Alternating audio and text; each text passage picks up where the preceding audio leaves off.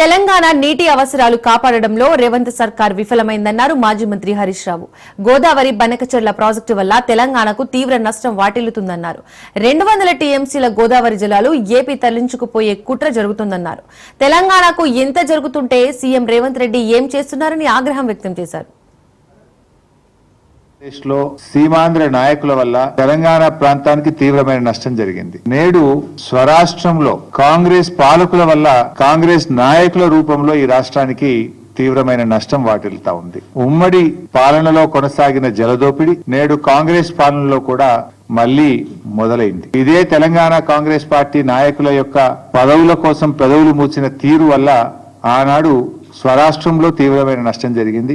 నేడు కూడా మరి గురుదక్షిణ చెల్లించుకుంటున్నారా, పదవులు కాపాడుకోవడానికి పాకులాడుతున్నారా, కారణాలు ఏమైనా కూడా ఈ రాష్ట్రానికి రాష్ట్ర ప్రజలకు శాశ్వత ద్రోహానికి ఈరోజు కాంగ్రెస్ పార్టీ పాల్పడతా ఉంది. 1 కాదు 2 కాదు, శాశ్వతంగా 200 టీఎంసీల గోదావరి జలాలను తరలించుకుపోయేటువంటి కుట్ర జరుగుతా ఉంది. గోదావరి బంకచెర్ల ప్రాజెక్ట్ ఏదైతే ఆంధ్రప్రదేశ్ ప్రభుత్వం తలపెట్టిందో ఈ ప్రాజెక్టు నిర్మాణం వల్ల తెలంగాణకు తీవ్రమైన నష్టం జరగబోతా ఉంది. కిషన్ రెడ్డి గారు, బండి సంజయ్ గారు, మీకు బాధ్యత లేదా అని అడుగుతా ఉన్నా. మీరు ఈ రాష్ట్రానికి ప్రాతినిధ్యం వహిస్తూ ఈ రాష్ట్రానికి అన్యాయం జరుగుతా ఉంటే మీరు ఏం చేస్తున్నారో నేను అడుగుతా ఉన్నా. కిషన్ రెడ్డి గారు, మీరు చాలా సీనియర్ నాయకుడు, ఎమ్మెల్యేగా కూడా పనిచేశారు. మరి మీరు సిడబ్ల్యూసీకి వెళ్లి ఏ రకంగా గోదావరి బంకచెర్లకు అనుమతిస్తారో ప్రశ్నించారా? కేబినెట్ మీటింగ్ లో ప్రధానమంత్రి గారికి మీరు చెప్పరా? ఇలా ఎంత దుర్మార్గం అంటే ఏ అనుమతి లేదు దానికి. నా జిఆర్ఎంబి అనుమతి లేదు, సిడబ్ల్యూసీ అనుమతి లేదు, ఎన్విరాన్మెంట్ క్లియరెన్స్ లేదు, అపెక్స్ కమిటీ అనుమతి లేదు. ఏ అనుమతి లేకుండానే కేంద్ర ప్రభుత్వం 50% నిధులు గ్రాంట్ కింద ఇస్తుందట.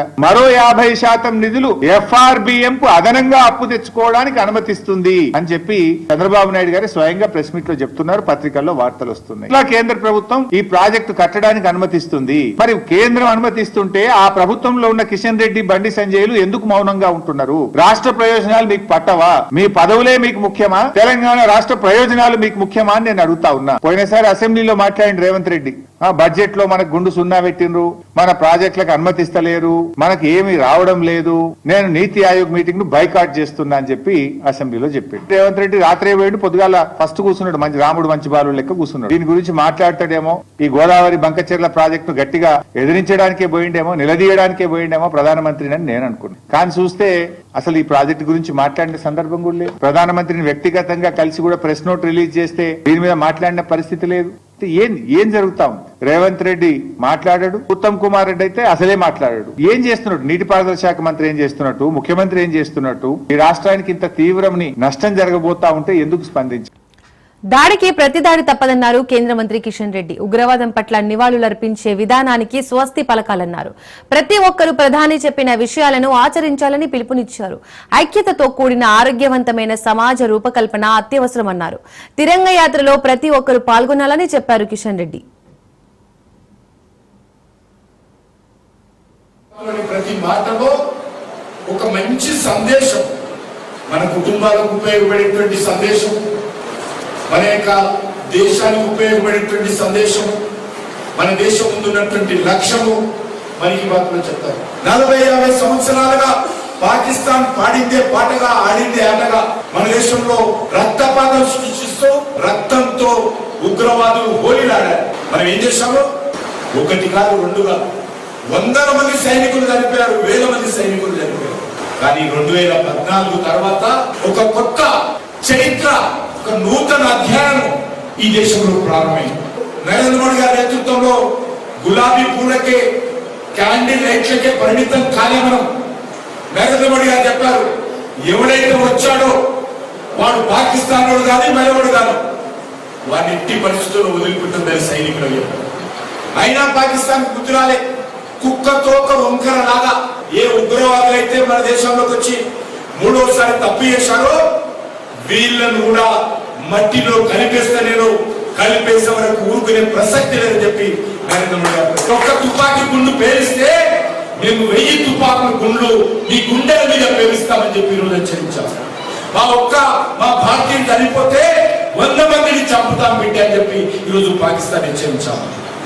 అది నరేంద్ర మోడీ గారి నాయకత్వంలో, నరేంద్ర మోడీ గారి ఆదేశాలతో భారత సైన్యానికి పూర్తి స్వేచ్ఛనిచ్చి అద్భుతమైనటువంటి విజయాలు భారత సైన్యం సాధిస్తున్నట్టు మా దేశంలో ఎవరినైనా పాకిస్తాన్ ఉగ్రవాదులు చంపితే వదిలే ప్రసక్తి లేదు.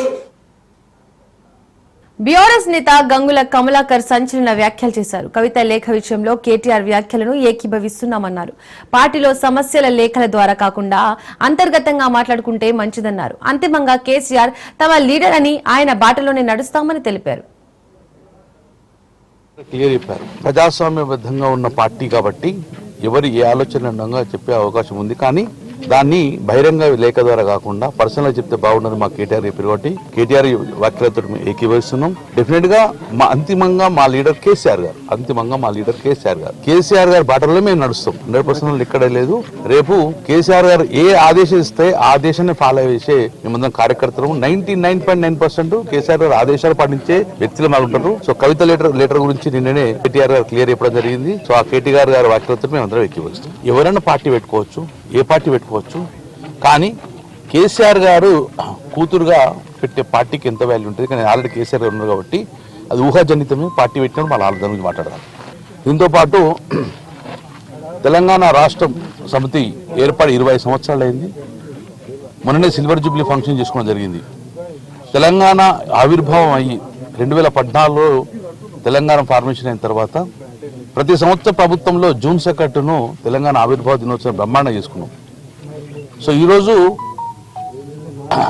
ఎన్ఆర్ఐ అమెరికన్ తెలంగాణ అసోసియేషన్ వాళ్ళ ఆహ్వానం మేరకు జూన్ 2వ తారీఖు నాడు ఈసారి తెలంగాణ ఆవిర్భావ దినోత్సవం మా బీఆర్ఎస్ పార్టీ డలాస్లో ఏర్పాటు చేస్తుంది.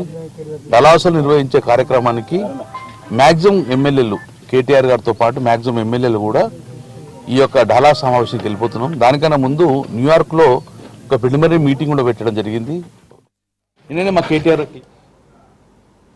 బీజేపీ కోసమే కల్వకుంట్ల ఇంటి పంచాయతీ జరుగుతోందన్నారు కాంగ్రెస్ నేత జగ్గారెడ్డి. బీఆర్ఎస్ అంటే కేసీఆర్ అంటే బీఆర్ఎస్ అన్నారు. కేసీఆర్ రాజకీయాల్లో ఉన్నంత కాలం ఆయన ఉనికి ఉంటుంది తప్ప కుటుంబానిది ఉండదని చెప్పుకొచ్చారు. వాళ్లకు వాళ్లే పొలిటికల్ పర్సనాలిటీగా ఊహించుకొని తండ్రిపై దండయాత్ర చేస్తున్నారని జగ్గారెడ్డి ఫైర్ అయ్యారు. కవిత లీకులు లేఖలతో బీఆర్ఎస్ నేతలు బీజేపీలోకి వెళ్లే ప్రమాదం ఉందన్నారు జగ్గారెడ్డి. కవిత ఎపిసోడ్ వల్ల కాంగ్రెస్ కు వచ్చే నష్టమేమీ లేదని తేల్చి చెప్పారు.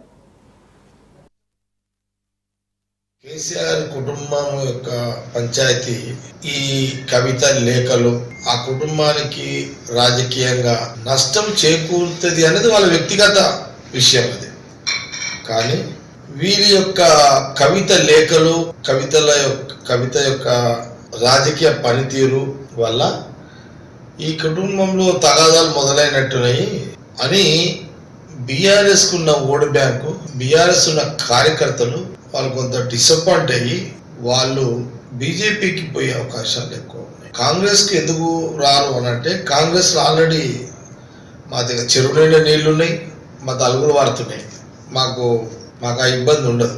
కానీ బీజేపీ లీడర్షిప్ లేదు కాబట్టి తెలంగాణలో ఈ కవిత లేఖలు బీఆర్ఎస్ని ఉన్న కార్యకర్తలను వాళ్ళ నాయకులను కన్ఫ్యూజ్ చేసి వాళ్ళందరూ భవిష్యత్తులో బీజేపీ దిక్కు పోయే ప్రమాదం ఉందనేది నా యొక్క ఆలోచన. అసలు కేసీఆర్ లేకపోతే బీఆర్ఎస్ లేదు కదా, పార్టీ లేదు కదా. కేసీఆర్ దేవుడు అంటూనే కేసీఆర్ కొంప ముంచుతున్నారు. మా బదాలు ఏంటంటే మీ కొంప ముంచుకోండి, కానీ మా జాతీయ రాజకీయాల్లో నుంచి మొదలుకుంటే రాహుల్ గాంధీ గారు వారి కుటుంబము ఈ రోజు రాష్ట్రం వరకు వారి నాయకత్వం మేము ఎప్పుడు కూడా బీజేపీకి వ్యతిరేకం. మా జాతీయ స్థాయిలో మా శత్రువైన బీజేపీని, ఈ రాష్ట్రంలో ఉనికి లేని బీజేపీని మీరు ఇండైరెక్ట్ గా మీరు కొట్లాడుకొని పంచాయతీలతోటి మీరు రోడ్ల మీదకి వచ్చి మీరు బీజేపీని వాళ్ళకు కొంత లేని రాజకీయ బలాన్ని ఇచ్చే యొక్క పరిస్థితులు ఈ లేఖలు ఈ లీకులు. ఈ ఏడాది రుతుపవనాలు తొందరగానే వచ్చాయి. ఇప్పటికే తెలుగు రాష్ట్రాల్లో వర్షాలు పడుతుండగా ఇవాళ ఏపీని నైరుతి రుతుపవనాలు తాకనున్నాయని వాతావరణ అధికారులు తెలిపారు. దీంతో నేటి నుండి ఏపీ వ్యాప్తంగా భారీ వర్షాలు పడే అవకాశం ఉంది. తీరం వెంబడి 40 నుండి 50 కిలోమీటర్ల వేగంతో ఈదురుగాలులు వీచే అవకాశం ఉందన్నారు వాతావరణ అధికారులు.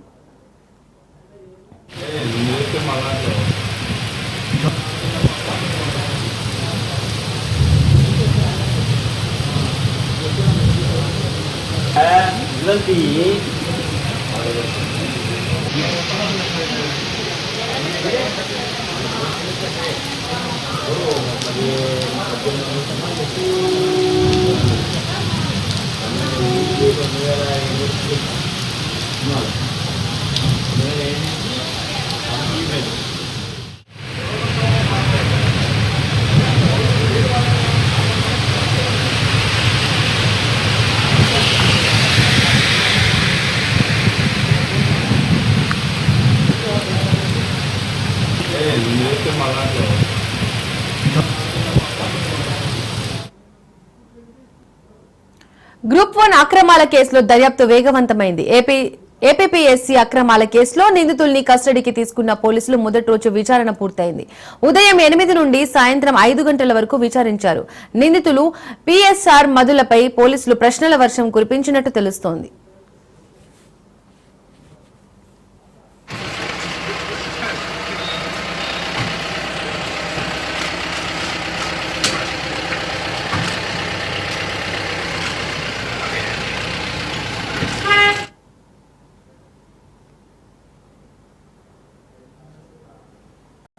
ఏపీ డిప్యూటీ సీఎం పవన్ పేషీ లెటర్ పై ప్రొడ్యూసర్ అల్లు అరవింద్ స్పందించారు. ఇటీవల తరచూ వినిపిస్తున్న ఆ నలుగురు అనే దాంట్లో తాను లేనన్నారు ప్రొడ్యూసర్ అల్లు అరవింద్. 15 ఏళ్లుగా ఆ నలుగురు అనే పదం స్టార్ట్ అయిందని, ఆ తర్వాత అది 10 మంది అయిందని, ఇప్పుడు ఆ నలుగురు అంటూ మళ్లీ రావడం విడ్డూరంగా ఉందన్నారు. తెలుగు రాష్ట్రాలలో 1500 థియేటర్లు ఉండగా అందులో తనకు 15 థియేటర్లు లీజుకు మాత్రమే ఉన్నాయన్నారు. నాకున్నది ఒకే ఒక థియేటర్ త్రిపుల్ దానికి ఓనర్ కనుక నా దగ్గర ఒక్క థియేటర్ కూడా లీజ్ లో లేదు. ఆంధ్రాలో కూడా అన్ని వదిలేసుకుంటా వచ్చేసి నా దగ్గర మొత్తం 1500 థియేటర్లు ఆంధ్రాలో ఉంటే, అదే మొత్తం తెలుగు రాష్ట్రాల్లో ఉంటే నా దగ్గర 15 లోపు ఉన్నాయి. అన్ని వదిలేసుకుంటా రాగా అవి కూడా మా స్టాఫ్ తోటి లీజులు అయిపోయిన తర్వాత ఎప్పుడు లీజులు రెన్యూ చేయకండి వీటిని అని చెప్పాను. కనుక నా దగ్గర ఆ థియేటర్లు లేవు. ఎందువల్ల నన్ను అంటే పాత అలవాటు కొద్దీ అందరూ నన్ను ఆ నలుగురులో మాది బాగుంటాయి కనుక అందరూ పెద్దల ఫోటోలు వేస్తా విమర్శకు బాగుంటుంది కనుక కొంచెం అలా విమర్శిస్తున్నారు. నేను దయచేసి మీడియా మిత్రులను అడిగేది ఏంటంటే, ఆ నలుగురు అని వేసేటప్పుడు నన్ను కలపకండి. నేను లేను, ఆ వ్యాపారంలో లేను. నేను అన్ని వదిలేశాను. 1500 థియేటర్లకి 15 మాత్రమే, 15 లోపే నా దగ్గర ఉన్నాయి. అవి కూడా త్వరలో నా దగ్గర ఉండవు, వద్దని చెప్పాను.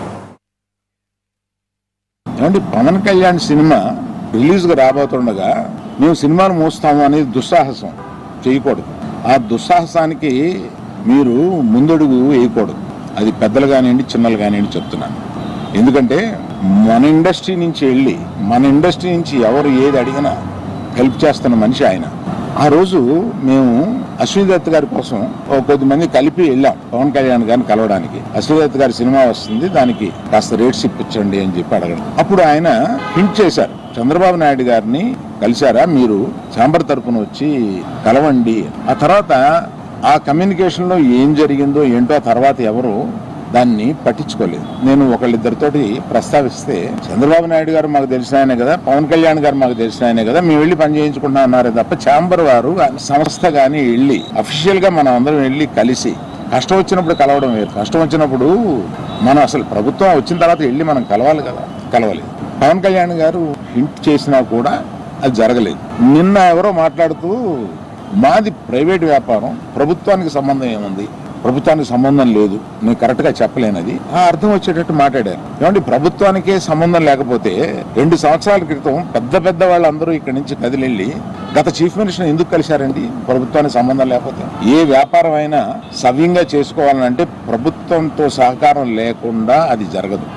అటువంటిది ప్రభుత్వంతో సంబంధం ఉంది, మాది ప్రైవేట్ వ్యాపారం, ఇది సరికాదు. ప్రభుత్వంతో సంబంధం ఉంటుంది, ప్రభుత్వం కోఆపరేషన్ కావాలి. ఒకటే ఎగ్జాంపుల్, వాళ్ళ కోఆపరేషనే అక్కర్లేకపోతే మనలో పెద్ద వాళ్ళందరూ వెళ్ళి ఎందుకు కలిశారు? గత చీఫ్ మినిస్టర్ని ఎందుకు కలిశారు?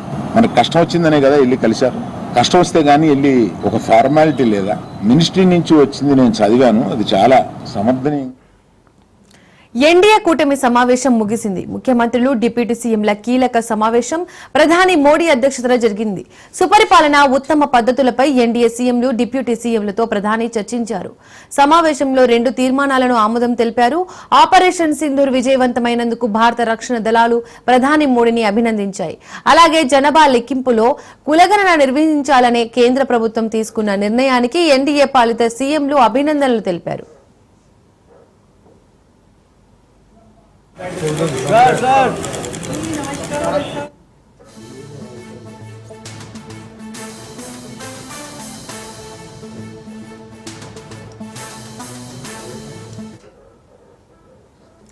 బీహార్ పాలిటిక్స్ లో కీలక పరిణామం చోటు చేసుకుంది. ఆర్జేడీ పార్టీ నుండి లాలూ ప్రసాద్ యాదవ్ తన పెద్ద కొడుకైన తేజ్ ప్రతాప్ యాదవ్ ను బహిష్కరించారు. 6 ఏళ్ల పాటు పార్టీ నుండి సస్పెండ్ చేసినట్లు ప్రకటించారు. తన సొంత రాజకీయ పార్టీ నుంచే కాదు, కుటుంబం నుండి కూడా తేజ్ ప్రతాప్ యాదవ్ ను బహిష్కరించినట్లు లాలూ ప్రసాద్ యాదవ్ తన ఎక్స్ ఖాతాలో పోస్ట్ చేశారు. ఓ యువతితో 12 ఏళ్ల నుండి తాను రిలేషన్ లో ఉన్నానని తేజ్ ప్రతాప్ యాదవ్ ప్రకటించారు. ఇది ప్రకటించిన 24 గంటల్లోనే ఆర్జేడీ నుండి అతనిని లాలూ ప్రసాద్ యాదవ్ బహిష్కరించారు.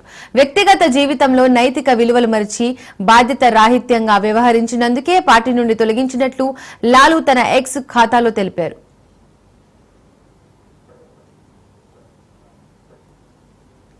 తేజ్ ప్రతాప్ యాదవ్ చేస్తున్న పనులు, సమాజంతో అతను వ్యవహరిస్తున్న తీరు తమ కుటుంబ విలువలకు లోబడి లేవని, అందుకే అతనిని పార్టీ నుండి, కుటుంబం నుండి బహిష్కరిస్తున్నానని లాలూ చెప్పుకొచ్చారు. తేజ్ ప్రతాప్ కు కుటుంబంతో, పార్టీతో ఇకపై ఎలాంటి సంబంధం లేదని ఆర్జేడీ అధినేత ప్రకటించారు.